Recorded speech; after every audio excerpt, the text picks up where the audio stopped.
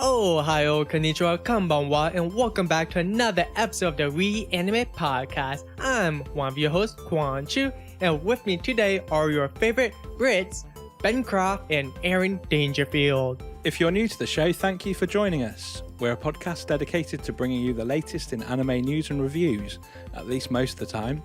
You can catch this show and any previous episodes on YouTube, iTunes, SoundCloud, and Google Play Music. These links will be down in the info box below, so be sure to like and subscribe if you want to hear more content like this. そういや、カンバルの家の前で変なやつを見たぜ。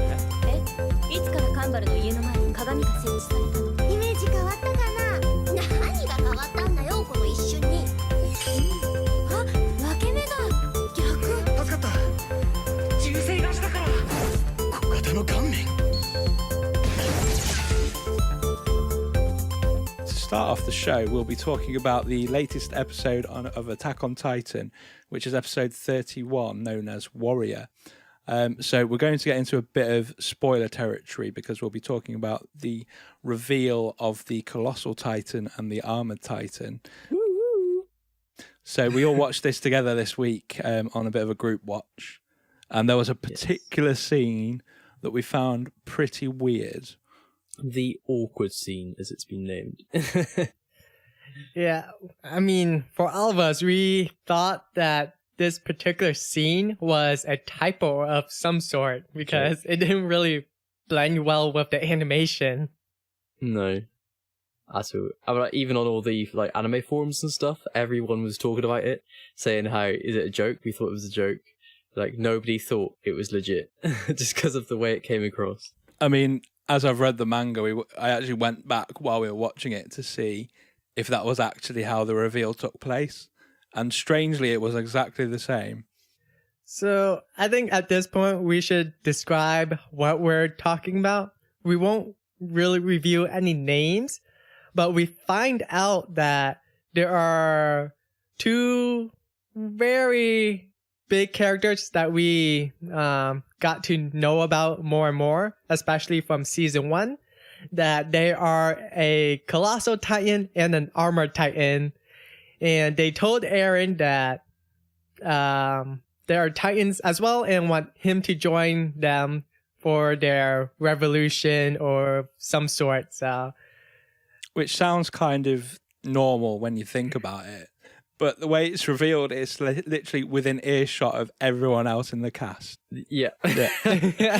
Not only are they walking away about 2 meters away from where they're talking, but Mikasa literally stops and turns round and watches them from about 1.5 meters away. She's literally watching them have the conversation, and she doesn't hear. I don't understand. I don't even remember that happening. It just seems so weird that I wouldn't have remembered that because it is so weird. Yeah, I saw somebody post on one of the things I was reading that it was almost as if the writers had assumed the audience had figured it out. The way it was done was the audience already knew, so it wasn't a shock that they're telling them. It was just so casually thrown out. yeah. I think a lot of people would have guessed the Colossal Titan thing being who it was because they look exactly the same, in terms of character design. I had no connection. I put I- no connection to it. I didn't put that two together, but No. Aaron is the only one who hasn't read the manga, so me and Ben actually knew a little bit who were the Titans, but we were just really surprised just how they revealed it because Ben, I think you had to go back and look at the manga to see if that was actually how it was revealed, right? I didn't even think that was how it was revealed, but it turns out it was. And literally, I'm not sure if the distance at the time, I just thought because it's manga, it was kind of Yeah, you see them walking distance away. between them. Yeah, I would assume that it was just waiting until they were out of earshot, but It was just so damn casual. It was so casual. looked like from looking at the screen, it was literally about 1 meter or 2 meters away. The rest of the people. In American terms, that is 7 feet Oh yeah, because away. we're weird, aren't we? Yeah. or no, technically the US is weird because we're the only one that doesn't use metric as a standard measurement for everyday life. Yeah. So, but yeah, it was just really close by when they revealed that. It was, the weird thing was that they still had the subtitles from the previous conversation or what the other guys were talking about at the top of the screen. They were kind of like overlaying, so they weren't even far enough away from each other to kind of have that separate conversation. They were still discussing. Yeah, that's true. Oh, by the way, you know that big thing that happened 3 years ago? Yeah, it was us. No worries. We're the one that actually was the reason why your mom died and so many people died, you know? Yep. Sorry. No hard feelings. So at the end of the episode, we see that the two Titans actually tried to kidnap Eren, and then everyone started to fight back against them. So it left on a really big cliffhanger. So I mean, and they took Ymir as well. They took Ymir. Yeah. It's gonna be really interesting in the next episode because it should be filled with a lot of action pack, Titan slaying, or maybe not Titan slaying, or I don't know. Who knows? On to the next topic in gaming news. The big announcement recently is Darksiders 3. They're releasing it in 2000. Well, it's pronounced. It's assumed it's going to be released in 2018. Have you guys played it before? I have never played any Darksiders game, no. No, I have not. It is so good. It's quite a big game, so I'm surprised you haven't played it or heard of it, really. What would you compare it to? In terms of like the free roam sort of thing, it's kind of got a Zelda / it's like a dark Zelda. A bit like Final Fantasy 15 with the whole free roam attack random things going on. Mm-hmm. It's great. It's by THQ Nordic and Gunfire Games, the third one is. The original Darksiders was by Vigil Games, but it's kind of like a ukulele situation where Platonics formed from Rare. It's the Gunfire Games have formed from Vigil Games, so it's the same people making it, just in a different name. It's just such a good game. And throughout the entire 3 series, you've played as the Horsemen, Horsemen from Hell. Do you know about those guys? Yeah, the 4 Horsemen. Yeah, so this game you're playing as the 3rd Horseman, who is a female, and it's Fury, and she uses a wit and magic to restore balance between good and evil, so you're going to be fighting evil guys as well as good guys, because you're kind of the middle ground. Which I think is really cool, because you don't normally get to fight good guys. You're normally all against the evil. Mainly played as the good guys, so... Yeah, exactly. Yeah. But this time you're kind of like keeping the balance, which is really interesting. In your opinion, do you think you have to play the first Darksider 1 and 2 games before you play Darksiders 3? I'm not entirely sure what the storyline of Darksiders 3 is going to be. From what I've gathered from 1 and 2, they're pretty separate in terms of their storylines. So you follow the storylines of the character rather than a continuous plot point. With Darksider 1, you didn't play... did you play as a different character versus 2? Yeah, so Darksiders 1, you play as the 1st Horseman. Darksiders 2, you play as the 2nd Horseman. Yeah. Darksiders 1 and 2, the characters look really similar, but I'm pretty sure they're separate people. Mm-hmm. Yeah, I think I remember watching one of my roommates in college playing it. So I like vaguely know what it's about, but at the time I thought Darksiders was the same thing as Dark Souls because they sounded really similar. I accidentally played Darksiders 1 when my friend was playing Dark Souls, and I thought I was playing the same game, and then it totally wasn't, but it was such a good game and I enjoyed it so much. It didn't crush you. No, yeah, exactly. I didn't come out crying, so it's fine. No, exactly. But no, it's really good. Like it's like post-apocalyptic, so the entire kind of scenery is like just the world destroyed. It's great. And they've put a lot of detail into it. They always do. So it is like an action RGB game, right? Yeah, hack and slash. Just go around killing things. Okay. Oh, it's similar to that of like Devil May Cry. Yeah, similar, but I think it's less linear than Devil May Cry. Because you have like dungeons and secret. It's like I was saying with Zelda and Final Fantasy. You have like different areas you can go to, like dungeons, puzzles, and things like that. So there's a chance to break away from the storyline and kind of explore and find new things and involve yourself within the world of the game rather than just the story. Yeah, it's interesting that this game is happening because THQ shut down like 2 years ago, right? Yeah, I think so.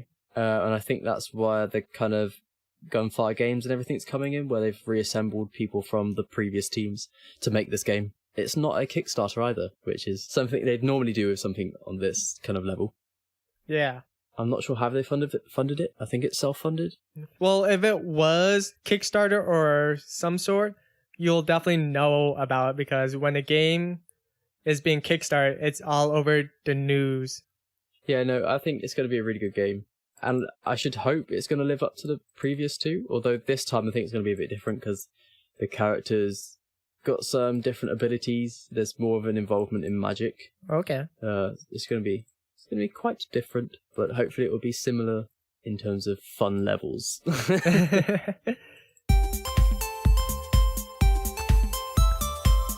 Now, moving on to the main topic of the show. Recently, NHK, which is a Japanese national broadcasting organization, posted the final results for its Best 100 Anime poll on Wednesday, and the poll collected votes from January 8th to March 31st to celebrate the 100th anniversary of anime. People could choose from approximately 10,000 Japanese anime produced so far and voted 3 per day, and the poll received about 600,000 votes. And we're going to take the top 20 because it will take a lot of time if we went through all 100. So at number 20, it was Sword Art Online. I'm glad Sword Art Online is on the list. I'm glad it is. Why? Because I don't know. I just love this sort of thing. Anything in a game world, I love. Like, any sort of anime like that. And it just entertains for the masses. But the reason I'm not happy it's there, I don't know if that's the right way to phrase it really, but it's because, like, mainstream animes like Naruto and Dragon Ball Z aren't on the list. And so if Sword Art Online is, then why aren't they? And I think they should be on there more than that. So I kind of, because every Dragon Ball Z, maybe not so much, but Naruto and Sword Art Online, they kind of have a love-hate relationship with some people. A bit like Marmite. If you don't know what Marmite is in America, it's like... Disgusting. It's that nasty jelly, right? Jelly? It's not... No, it's like... Basically looks like tar. Yeah, it tastes very... It's yeast, I think. Tastes great. It's on there over things that probably should have been. I haven't looked to see if Log Horizon's on there. I don't think Log it is. Horizon wasn't. To which I think Log Horizon is a better anime than Sword Art Online. Yeah. I think most anime is, but I won't. I can understand why Sword Art Online made it to the top 100. Yeah. I don't think it should have been this high up. I don't think it should be even on this list when something like Naruto or Dragon Ball Z, which I mean, I'm not a big fan of, but I know how influential both of them are. Yeah. I think they should definitely be on this list as opposed to Sword Art Online being so high. In terms of the people voting, I can't imagine more people voting for Sword Art Online than Naruto. Especially with the whole like Boruto being released and with Naruto just finishing, it should be fresh in people's minds. Whereas Sword Art Online was quite like a while back. I just can't imagine it having more votes. Yeah, it just I don't understand myself. I'm not sure if it's just a case of us in the Western anime community being more skewed towards something like Naruto, whereas well, because this was in Japan. This was voted by Japanese people, wasn't it? Yeah. So maybe Sword Art Online has more of a presence over there. Number 19 was Psychopaths. Which is, I think I've spoken to about it before on the podcast, but it's a sci-fi dystopian anime with really, really good world building and character development, which I'm really happy it's got so high in the list because I think it is well deserved. I agree. Like, I'm glad that it made it to this list as well, being it's only one season. Yeah. Well, I mean, there is a second season in the movie, but none of them made this list, which is good because the second season and the movie aren't as good and aren't as... I wouldn't class them as one of the top or best of the 100 anime, but having Psychopath so high up on it, it's good. I like it. Now, for number 18, that I'm actually really surprised and happy about that it was ranked this high, was Digimon Adventure. And in my opinion, Digimon is better than Pokemon. Whoa. Whoa. Slow down. Whoa. Shots Slow down. fired. Shots fired. Okay, I'll agree that the actual show was better, Yeah. but everything else isn't. Yeah, I also agree. Pokemon had the better games and merchandising. Yeah. I definitely agree to that. But as a story, I think Digimon was just really impactful, and it actually had a very serious tone. Like I actually talked about death, which is like really rare for children's TV show. And Which is interesting as well, because Pokemon is on this top 100 list, but it's way, way higher. yeah. So it's kind of been definitively proven that people like Digimon better In Japan. in Japan. And for the past year or so, the sequel for Digimon Adventure, Digimon Tri, is making a huge comeback, and it is really resonating for those who watch Digimon Adventure when they were little. And on to number 17 was actually Mobile Suit Gundam, the original. Yeah, the original. Yeah. Which is good. It deserves to be this high. It's very influential. Yeah. Number 16 Is the Order a Rabbit, which is strange how this is high. It's a good series, but it's another thing I wouldn't put in the top 100. It's kind of Is like that a light novel? I'm not sure if it is. It sounds like it. The title sounds like a light novel. Yeah, it's basically about a load of cute maids in a cafe with like a rabbit thing that sits on the top of one of the heads. Oh. It's very, very weird, like comedy, but I'm not sure why it got so high. Number 15 was Code Geass Rouge of the Rebellion R2. Is that the sequel? Yeah, it's the second season. Okay, yeah. So, we're going to talk a little bit more about Code Geass later on, because I think, is there another Code Geass? Yeah, it places a bit Later? higher as well, so Comes we'll with number 7. Yeah. so we'll talk about that when we hit number 7. Yeah. Number 14, another pretty classic anime. We got Neon Genesis Evangelion. Sorry, I've just insulted everyone now. Which, in my opinion, is probably my favourite anime that's on this list, apart from Psychopaths. But yeah, if no one's seen it, you really need to see it, because it's considered one of the classic mech shows. I'm not sure if Aaron's seen it, have you? I've seen like nothing on this list, so Well, with Neon Genesis Evangelion, it's definitely considered like a classic for those who start watching anime, because it's so different from your standard shonen anime. Yeah, it was considered at the time a bit of a deconstruction of the mech genre, because everyone always expects it to be like just giant robots fighting, and it just to be all ha ha ha ha ha ha. Whereas this was like, it was hard. It's hard to watch at points. yeah. On to number 13. It's the Legend of the Galactic Heroes. I don't really know much about this one. Apparently, it was released in 1988. I guess it's considered as a classic sci-fi and has some OVA series. So, yeah, let's just move on to number 12, which is Joker Game, which I'm really surprised about, because Joker Game is pretty recent. It was released in 2016. It's about Japanese spies in World War II. So Which sounds a lot cooler than it actually was, yeah. because I found it super boring. Yeah, I found it kind of boring too. And the story, there wasn't really a story to it. It was just short snippets of different characters living their lives in World War II and their jobs as spies. I can understand maybe there was some kind of nationalism in the Japanese culture, because it is telling a Japanese story perspective in World War II. So, which you don't see a lot of, do you? Yeah, because technically Japan was kind of, well, they were on the side with Germany, so with Hitler and stuff. We'll let them off. Yeah.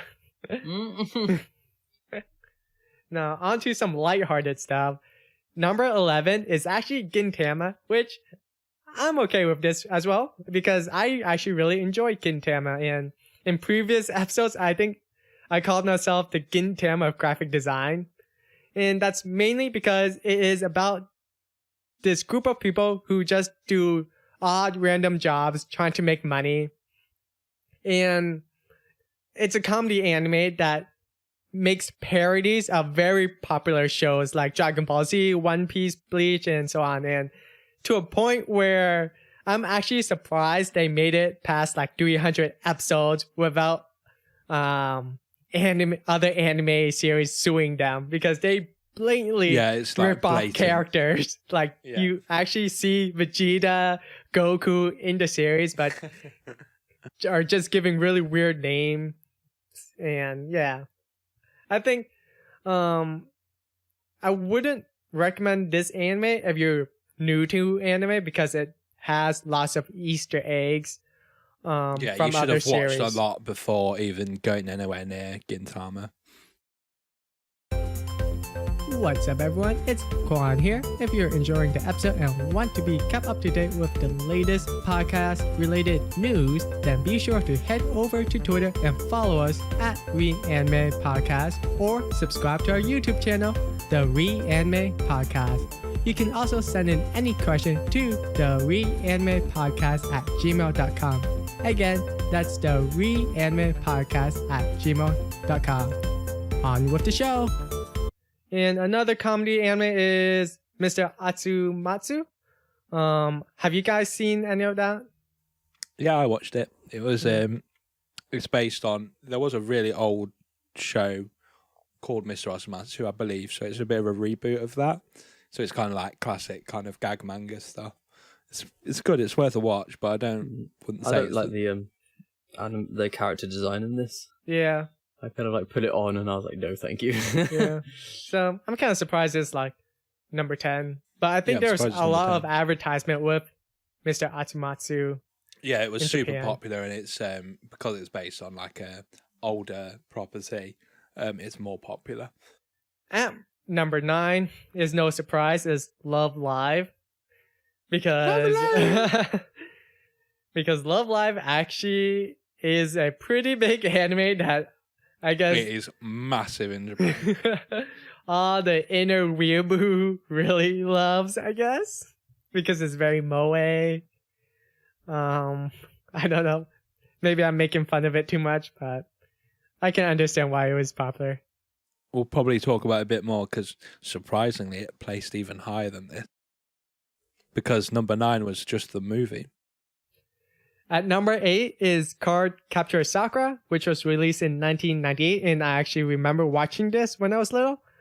So it has some nostalgia value, but at this time period, it was actually the high for everything magical girls, because that's when Sailor Moon was most popular.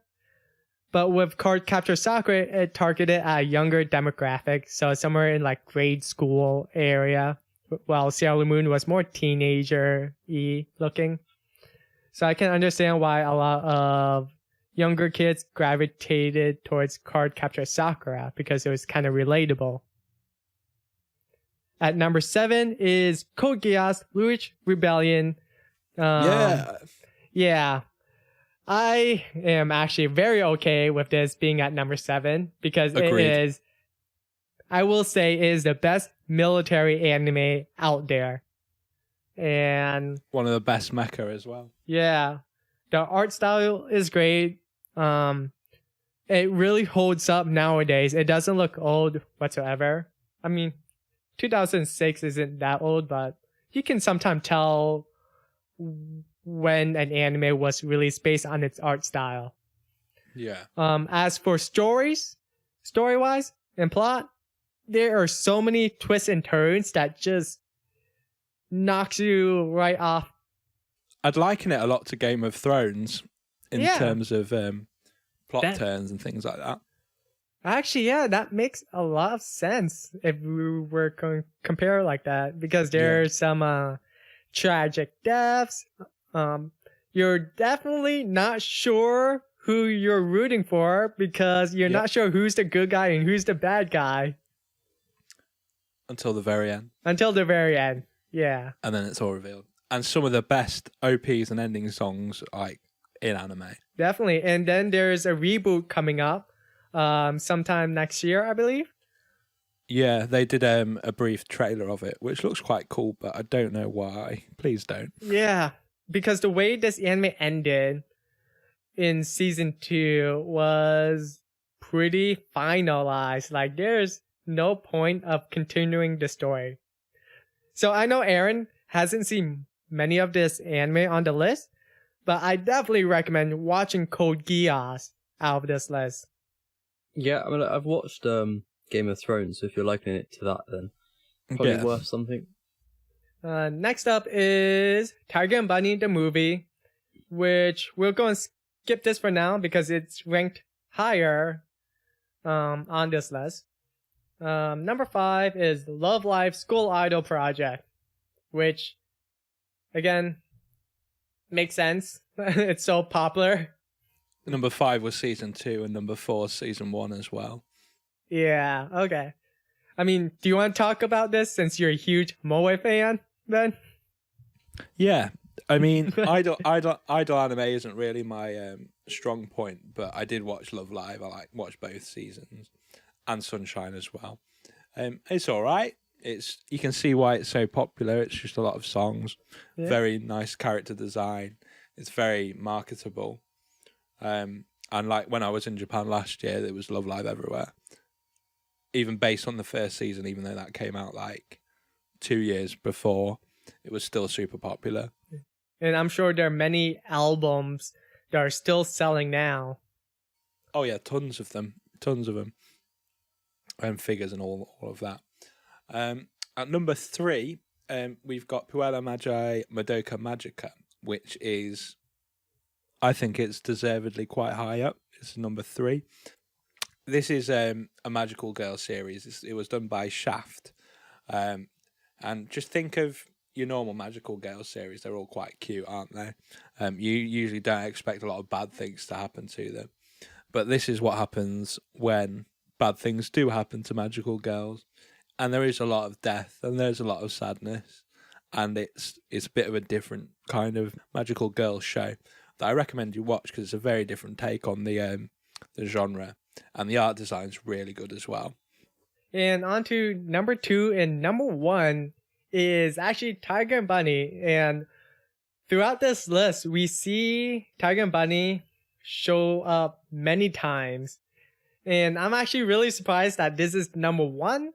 I don't understand this at all. Yeah. The thing is, like, Tiger Bunny, with the rest of them, I'd at least heard of them, even if I haven't watched them. Minus maybe the Galactic Heroes. But Tiger and Bunny, I've literally never even heard of. Like, I have no idea what it is or what it's about. Or...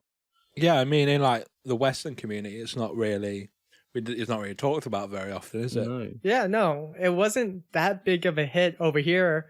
So Tiger and Bunny was produced by Sunrise, similar to that of the people who made Gundam. And weirdly, Love Live as well. Yeah, so... And Code Geass. Yeah, it is weird. So it had a great animation art style to it. It is about superheroes who are viewed as mascots and promotional tools. And it's not really about saving people or whatnot. I mean, you kind of see that a little at some point. But it's all about gaining the most attention and getting the spotlight and being ranked higher than other superheroes. So you can get more sponsorship, so you can get cooler gear. But yeah, that's pretty much what it's most about. But the main character is like from this old style of superheroes where it was all about saving people, but now it's all about money and sponsorship.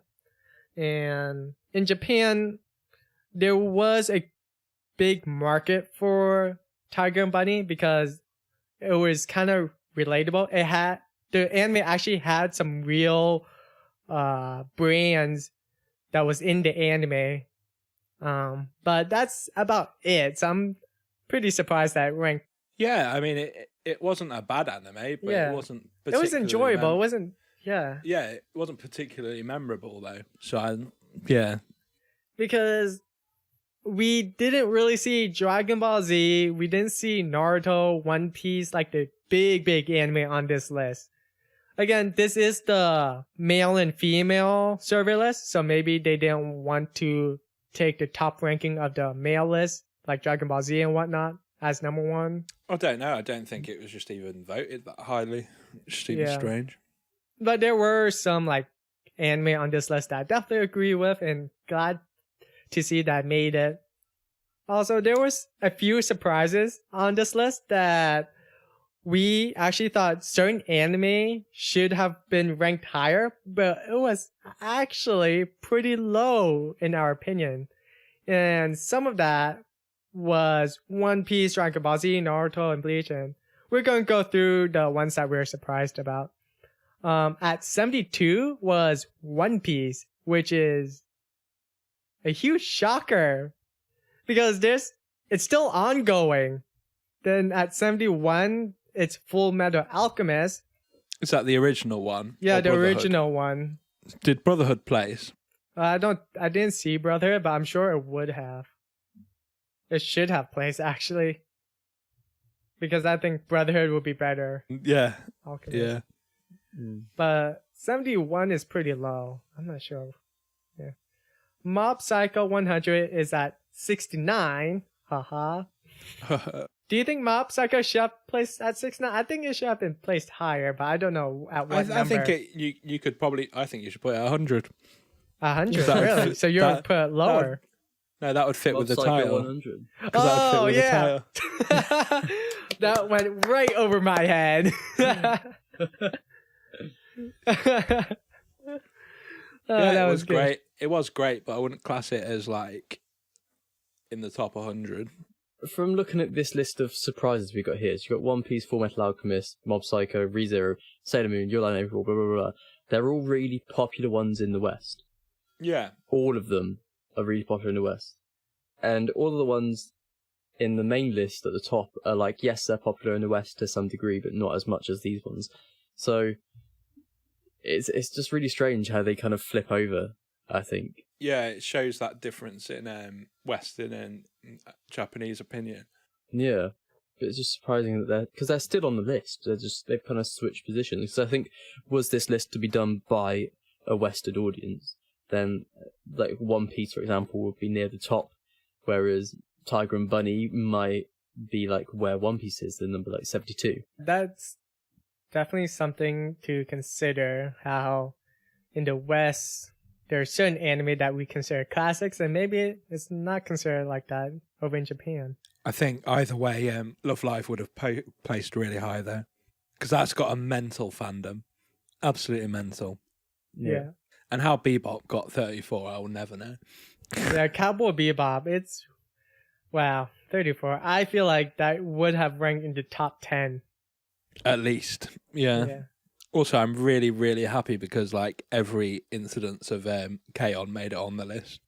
Do you pronounce it as K-On? I pronounce it as Con for some reason, even though there is the hyphen.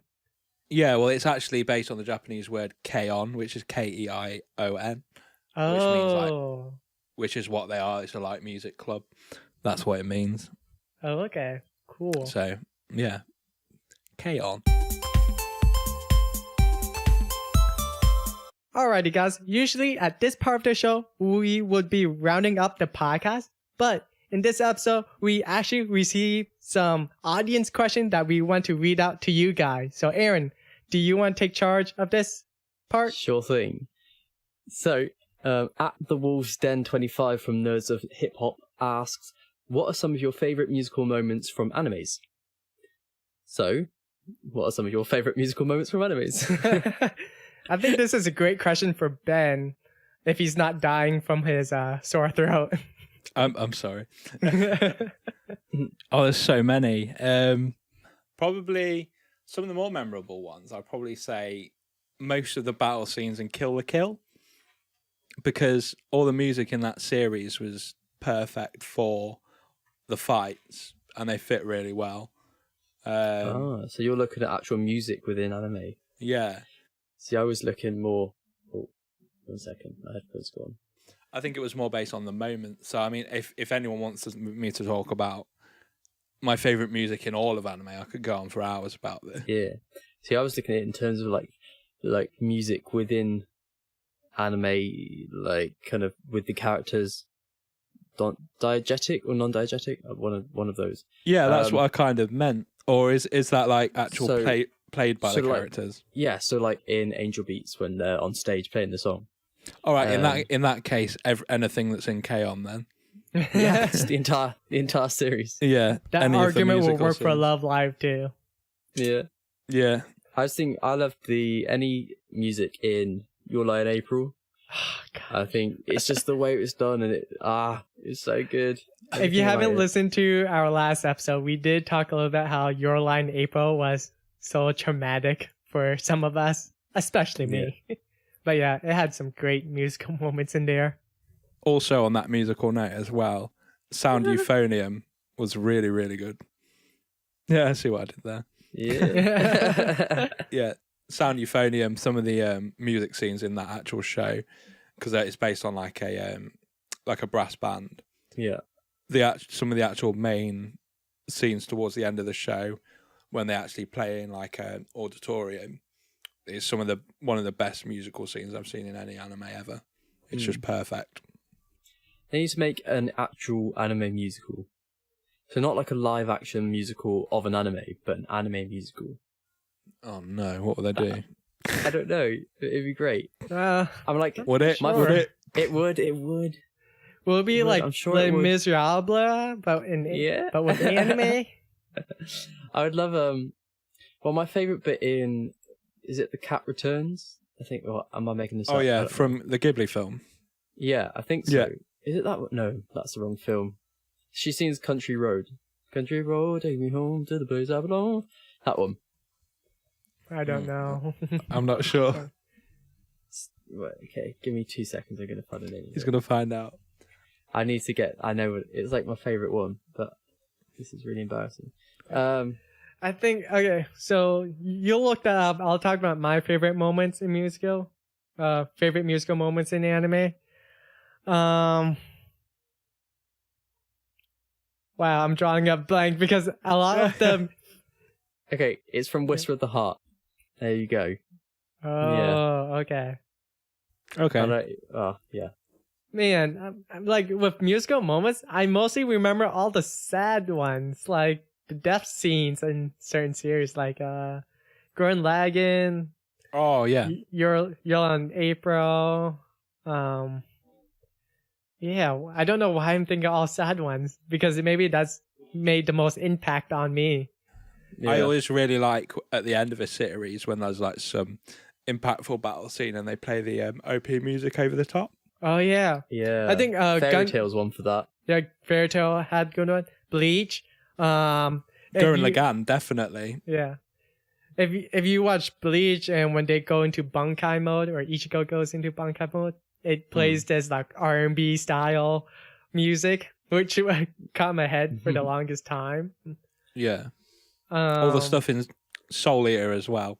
Just the music in the background of that Yeah. was good. Yeah, There's I mean so we much can. good music in Yeah. anime. Yeah, there's so many good ones, and we can definitely go more in depth in this in another episode where we can just focus our favorite OPs and endings. Yeah, Um, definitely. Kino Reviews on Twitter asks, what is it about podcasting that you enjoy the most? The money. The money. What money? The Have you lack been- of money. I mean, like, have you been getting something that we don't know about? Oh yeah. I'm not sure if you noticed, but I'm actually sponsored by your major anime news source or yeah. Anyway, yeah. No, there's no money involved in this. Yeah, there is no money. There's a lack of money and a loss of money, but no. Yeah. gain. But for me, I think I really just enjoyed talking to you guys about anime because in real life, I don't really have lots of friends that talk about anime. I'm Yeah. exactly the same. This is only one of my I points. think it's the reckon. same situation, yeah. In terms of our beginnings, like how we met and stuff on like an anime forum, I think that's just what we did, wasn't it? We just spoke to each other about anime, and the fact that we've been able to transfer that from a web page to a podcast has been really quite nice to do, and have an actual discussion and An actual in-depth discussion about something we're passionate about. exactly. And like now that we're doing the anime watch party sort of thing, so we're not only talking about it, but we're actually Watching experiencing anime it together. Yeah. Yeah, it's completely different, and it's great. Because I know, I'm not sure if you guys have like been online a lot in your childhood or whatever, but growing up I was online a lot, and I had these groups of friends, and then it's kind of like dissipated over the years. But it's nice to have like a group of people online who I can associate with and talk with about things that I enjoy and I'm passionate about. Definitely, and like give each other ideas and things to watch and recommendations. Definitely. And I know, Ben, you're really into audio. You're probably our audiophile of the group. Yeah. So you can definitely bring a lot of knowledge in sound design, and you're actually the one who made the awesome jingle for our podcast. The original theme tune. It's just me messing about, really. And we got we got the Gintama graphic design as well. So yeah, I do like doing the branding work and the graphics for the podcast.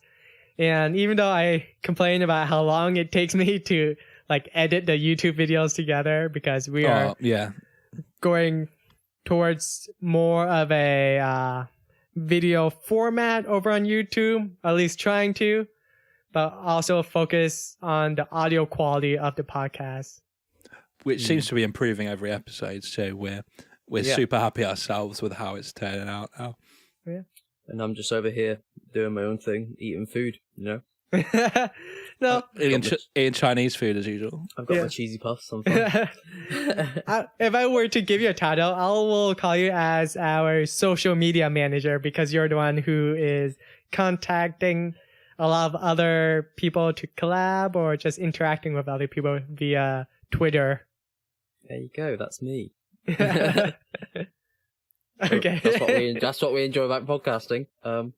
Woo! I say as I put a cheesy puff in my mouth. Yeah, so if you want to get your questions read for the podcast, make sure to tweet at us at WeAnimePodcast, because there were actually a few questions that we didn't read just because we wanted to save them for the next episode, and we'll probably have a bigger discussion about it. Thanks for joining us. As always, you can follow and tweet us at WeAnimePodcast, and please check out our YouTube channel for more episodes and other anime and video games related content. Also, the audio version of this podcast is available for free to download on iTunes, SoundCloud, and the Google Play Music. As for me, I'm Quan Chu, and you can find me over on YouTube and all the social media at Fun for Chu. You can follow me on Twitter. My handle is at @a_new_mentality. I'm there all the time. And you can catch me pretty much everywhere, especially on Twitter on @DangerfieldUK. Cool.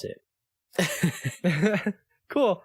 Alrighty, we'll catch you guys in the next one. Bye. Bye. See ya.